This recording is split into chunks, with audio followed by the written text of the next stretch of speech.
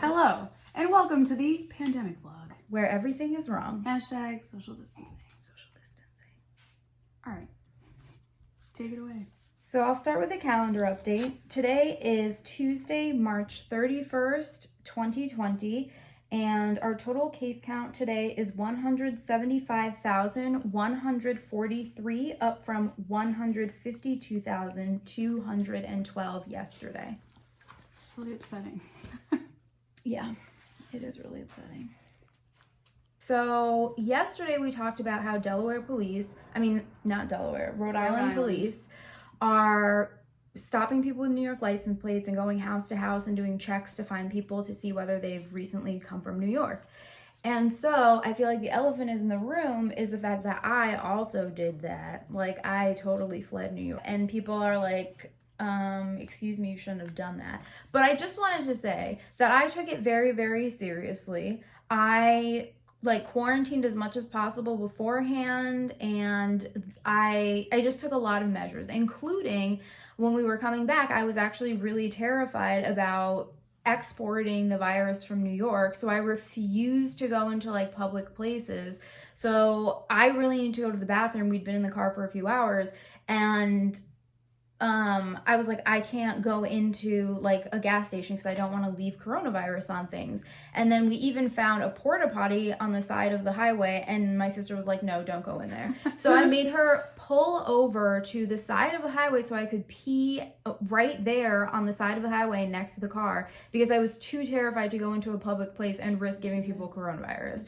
So I took it very seriously. And then when I got here to Massachusetts, I quarantined for, it's already been more than 14 days. I mean, you'll notice that yesterday we went to CVS. That's literally the first time we were out in public, both of us. So at this point, we've all quarantined for that long. Yeah. So we took it really seriously. And also the other thing is that I got Bianca on March 16th, which was, we were kind of heading into that kind of red zone, but we weren't quite there yet. And so, it wasn't like I'm getting her right now where it's yeah, exactly, the apocalypse there and everyone has coronavirus. Right. Not everyone, but it wasn't as widespread as now. Yeah. So. And now for our headlines.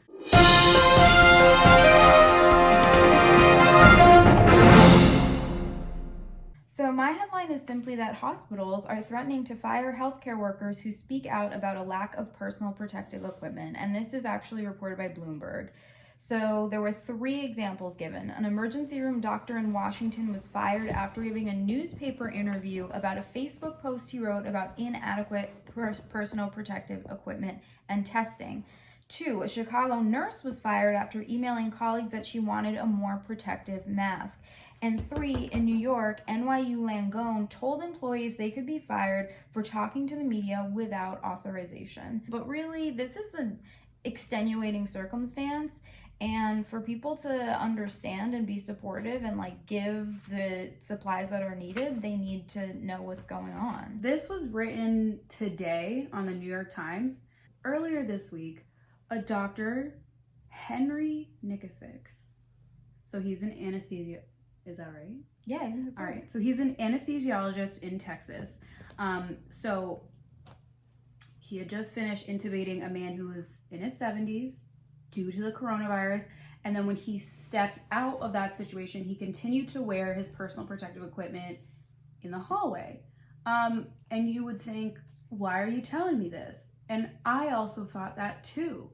But then I realized that doctors are not allowed, for whatever reason, to wear their personal protective equipment in the hallway or out in the regular public areas.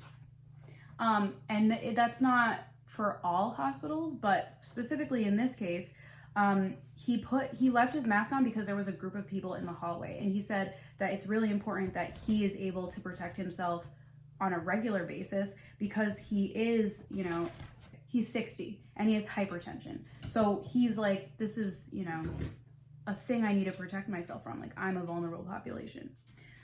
So anyways, Dr. Nikasics was removed from the schedule, effectively suspending him from work without pay. So, But why? So, yes. Like, why is he not allowed to wear his personal protective equipment in the hallway? Like, can somebody explain Yeah, that so to it me? says some doctors believe that hospital administrators are simply trying to protect their institution's image and don't want to be seen as a facility where dangerous germs are rampant. And then it says, and this is a quote, when Dr. Nikasic insisted on wearing a mask, he received a text from his boss, the chief of anesthesia, accusing him of overreacting. The text read, and it's in full text lingo. Like, this isn't even a professional text. Like, your or you are is written you are. Anyways. You're wearing it down a public hall, period. There's no more Wuhan virus in the halls at the hospital than Walmart. Maybe less. That was a text sent to him by the chief of anesthesia when he wore it. So, and then he was subsequently removed from rotation. It was only until the New York Times asked the hospital for comment that Dr. Nikasic was then told by his boss that he had been reinstated and could wear a surgical mask in the hospital in general, and then an N95 mask for procedures, which is just like, yeah. Like, yeah. So in other news about masks, so previously health officials have been telling us that masks, like, you don't need to wear masks. Like, they're just like, healthy people don't need to wear masks. Dr. Fauci is reviewing with the CDC guidelines about whether the general public should wear masks or should just not bother, because it turns out that obviously, like, maybe if you're trying to protect yourself from the virus, it's not as effective, but certainly if you have the virus and you're breathing in and out, it's going to be much more effective in preventing other people from getting it than if you just like went and coughed in the air as usual. So anyways, that's about Dr. Nikasic, which I hope that I'm saying his name right. I don't want to be rude to him by saying it wrong, but I did look it up. So hopefully Google's right. Also, so as we know, China has been coming down from its coronavirus peak, which is great to hear. Lucille, come here. Lucifer, come here. In other news, refocusing on Asia, so specifically in China, there has been, like, they've reached their inflection point, meaning they've reached their peak of infections, and it's coming down very significantly. They're having only a few new infections per day. Asian citizens have been traveling, say, here and Europe, and so they're coming back and bringing the virus back with them to other parts of Asia that are not China. And as a result, there are like extreme new border measures in some of these Asian countries. So, for example, South Korea, which has been praised globally for flattening the curve quickly, because they really did just wild testing.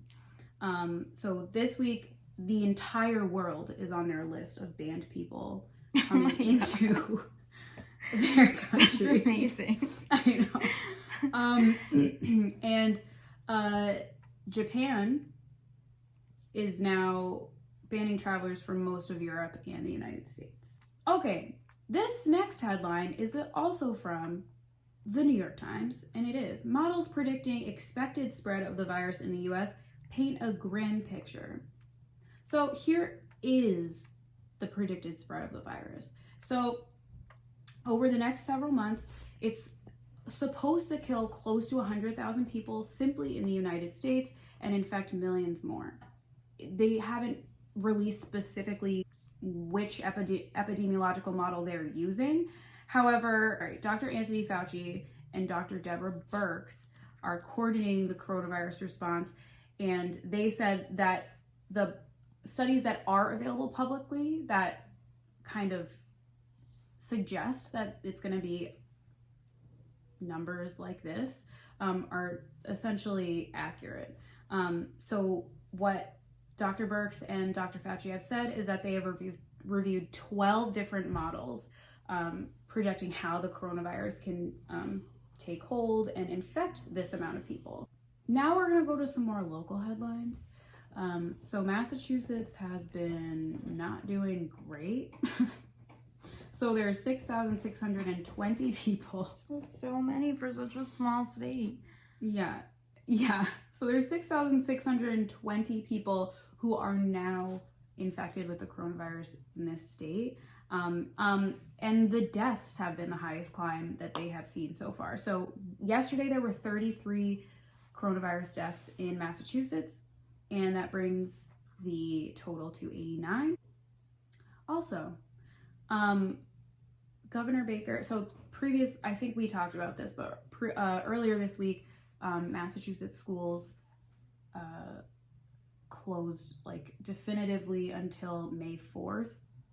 The stay-at-home advisory that Governor Baker had put out was kind of not extended for a while, so parents were like, how are we supposed to go back to work if we're truly stopping this stay-at-home advisory, but our kids can't go back to school? So today, Governor Baker did extend his stay-at-home advisory until May 4th to match the schools. And the non-essential business closure, and that you can't congregate past 10 people, and et cetera, et cetera. Yeah. So, those are our headlines. And for the second part of our vlog today, we are going to do, I was going to say forensic files. What is it called? Flashback files. Flashback files. So yeah, we're going to do a flashback files. So today we're doing a flashback to Celia's wedding, which was last year. Last May 25th. Yeah, the bachelorette party was lit. The bachelorette party was really fun. We went with some of my friends to Foxwoods Resort and Casino. And we don't gamble. Yeah, we don't gamble. So we walked around the outlets and we got Starbucks, and we went to Shrine Nightclub, which I really actually recommend. It was an A+ experience. It was an A+ experience. Also, the wedding was held at my parents' home, which was like, it ended up looking really awesome, and like our mom did a really good, awesome job. Yeah. It looked really nice. Yeah, it looked really nice. So you can have really classy backyard weddings, y'all. You definitely can. Cost effective. Also, let's all be thankful that we're not getting married this May 25th, because that would have been a lonely ceremony. Yeah, it really it was small as it was, but that would have been really kind of really small. Yeah. We'll put that in here.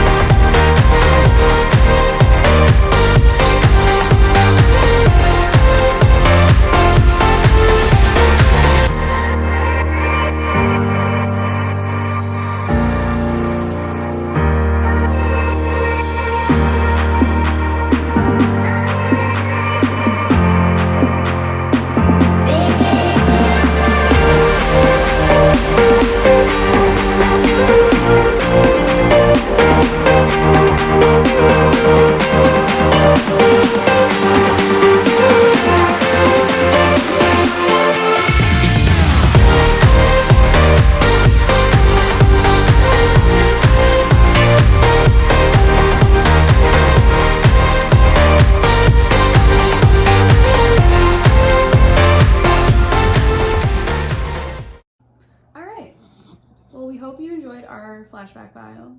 Stay safe, stay coronavirus free. Stay socially distanced as we continue to emphasize.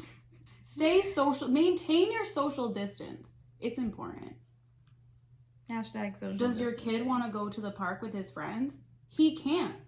Does your daughter want to go to the movies? Movies are closed. Does your aunt want to come say hi? She can't. No, nothing can happen. You need to stay in your house or take a distancing walk. That's it. So anyways, stay well. Hashtag social distancing.